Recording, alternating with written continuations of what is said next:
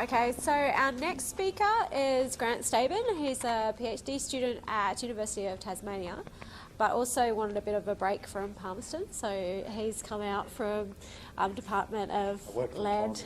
Yeah, and he works full time. So he's come out from Department of Land and Resource Management, where he works with Mandy out there. And he's going to talk a bit about remote sensing and rangelands. The topic of my talk will be the development of a satellite-based monitoring program to monitor the rangelands of the NT. So I work for the Rangeland monitoring branch, and so I think we're responsible for about 47% of the territory's landmass. So remote sensing sort of the logical way to go. And I'm one half of a team in the NT who's working on that. Jason Barnett, my colleague who's based in Alice Springs. And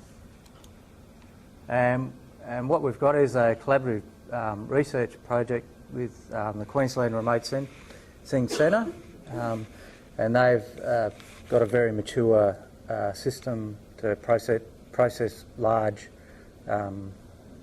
data set, or very large data set based on Landsat. So I'll just go into it. So we couldn't do it without these guys, that's for sure. Heavily reliant. So I suppose why do we monitor the range of the NT? And we've got two primary reasons. One is to provide support to decision makers. So the people like Mandy, we supply data to Mandy and the guys doing maps and other people in the department. But I suppose our main objective is to provide information to assess and monitor and report on land condition in accordance with the requirements of the NT Pastoral Land Act. So, as I said, it's based on the Landsat sensor. So we've essentially downloaded every single Landsat scene for the territory since 1987.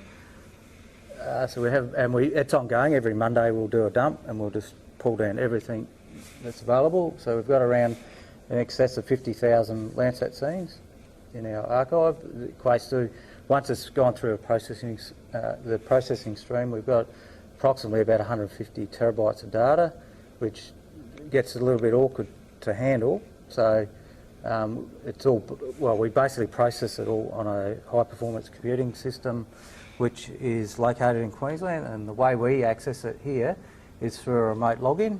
We just basically log in and away we go. So we're a bit spoiled. This slide, a colleague in Queensland put together. This just basically just demonstrates the complexity of the process. Now, this basically up here, this is where we essentially feed in the raw Landsat data from the USGS website. Once it hits the system, it basically logs a job, and then just overnight it'll just automatically get processed and derives a number of the products that we use. So there's some other products in there that you have to there's some manual intervention in, but essentially the core data is processed through a heap of algorithms. So I suppose how do we make sure that the satellite data is representing the real world? I'm part of the Rangeland monitoring branch, but we have a group of people that conduct field data. So we've got three teams, one in Darwin, one in Katherine, and a couple of teams in Alice Springs, and they essentially go out and collect monitoring data from a ground level perspective, and they do assessments on the ground on the property itself. But we've integrated, I suppose, the methodology that we've adopted is able to be used by the satellite directly, so we can basically develop better models, which is currently happening. So at the moment we've got about 840 of these sites, so it's a fair chunk of data. So one of the core data sets that Peter Scarth, who's based in Queensland, has developed is a spectral unmixing model that returns you a percentage for each pixel, a percentage of the bare fraction, the brown, so the non-photosynthetic vegetation, and the green vegetation within that pixel. And so you're looking, the image, the mosaic you're looking at there is a seasonal fractional cover product from the single date images as a composite. So if you have a look, the green basically just means you've got a lot of high green vegetation there. Where it starts to go blue, you're getting more of this brown. There's a lot higher senescent vegetation, and then as it gets redder, it indicates that there's a lot more bare ground. So typically down the Simpson, it's quite bare. So this is some of the things we can do because we have, 30 years of data. We can produce time traces. So this is a time trace for down a tier 1 monitoring site that we have down on this property down here, and you can quite clearly see that through the bare fraction's quite high, and then we have a rainfall event. The vegetation reacts and responds and then goes back. So it's quite interesting. So part of what our research project is to sort of make sense of all this information from a management perspective. So this is a time trace in the Barkly Tableland, so in the middle, and here you can see the seasonal effect from the monsoon, and it's much more distinct. What's really interesting in these time traces is there's a clear pattern. Basically the first 15 years are quite a lot drier, and this is something that occurs in the whole time series, particularly up north. You've got this it appears that it was a lot drier than the second half that we're now in, so it's quite interesting. This is another product that we use for reporting, and it's based on the seasonal fractional cover product, but it groups together the total cover, so it looks at the PV, the green and the brown fraction, and combines them. And it basically, for that autumn period, for each pixel, it basically drills down and looks at the whole time series, gets the median value in that time series, and then compares the current, so for that autumn period, it'll compare the pixel value with what the median is over the whole time series, and then just gives you an idea, and then it's ranked whether it's average or it's below it or above. So clearly you can see some issues down here. This is related to the drought that's been occurring. Some of this stuff up here is definitely fire scars have influenced what's going on. It's certainly something we're still working on development. So another thing, this is related to my PhD, so I have an interest in cyclones, and so I'm basically looking at using Landsat data to get a better understanding on the impact.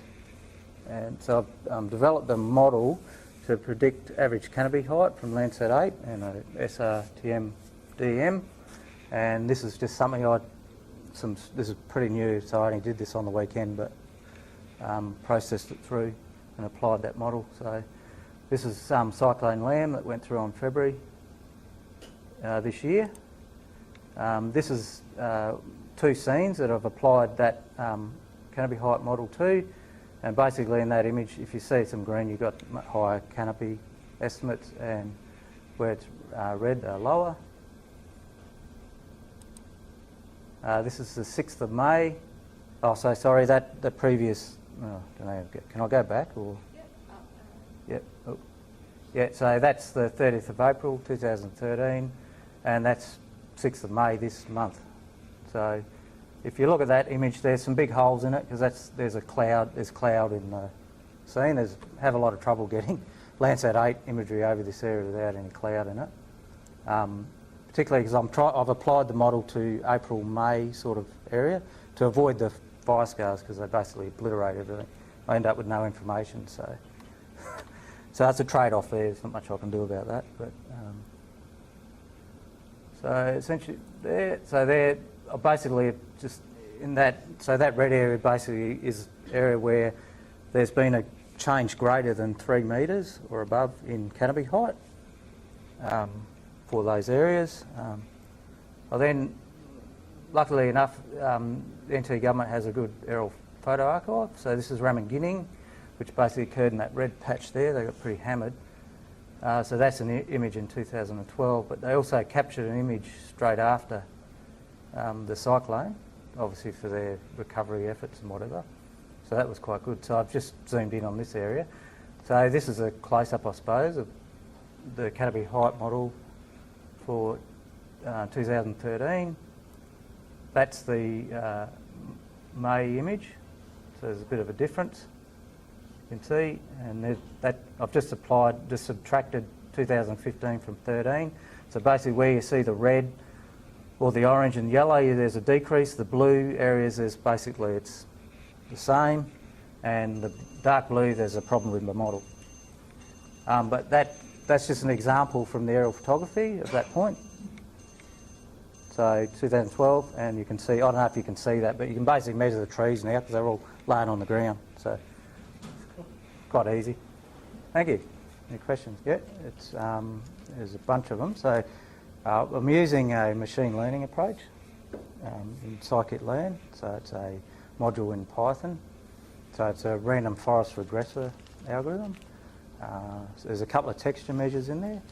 To get it, I'm writing it up, but I've tested about 500 and something variables I initially threw into it to do it. It's based on it's modelling LiDAR canopy height from Darwin. So I've got a Darwin LiDAR set here. So I've developed the model in Darwin and then applied it across. So, but band ratios are really important, some texture. But it's really hard. I mean, random forest is a very black box thing, but so you've got to be careful what you pull out because there are these hidden relationships you can't really see, and it seems to make a big difference. But yeah, so I'm happy with the result. I mean, getting a root mean square error of 2.4 metres for that model, which it sounds like a lot, but for Landsat, it's pretty it's up there with what's been published previously. So